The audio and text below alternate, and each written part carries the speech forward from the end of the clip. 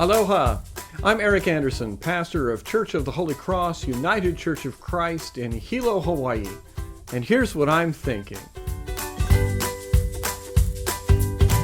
I'm thinking about the willing and the unwilling this week, because we find both the willing and the unwilling in our biblical stories for this coming Sunday.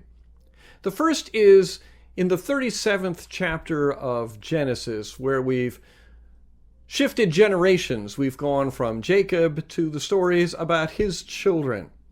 And it's not a great story, or at least it's not a happy one.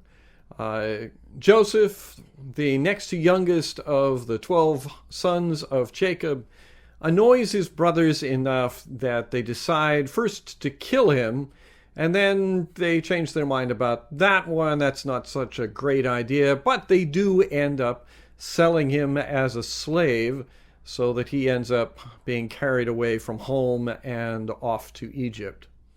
Clearly not someone who went willingly, nor should he have.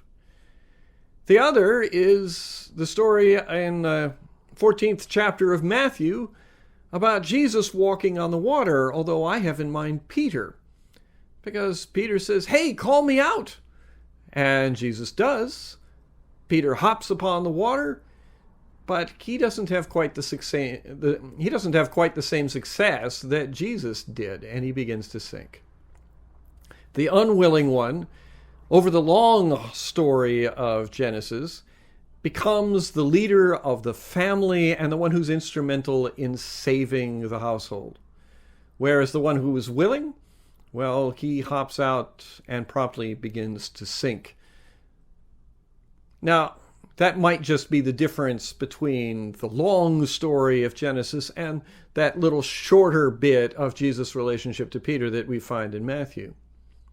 But it does make me wonder just how often we confuse willingness with effectiveness, and how often we assume that someone who is unwilling is not going to make a difference.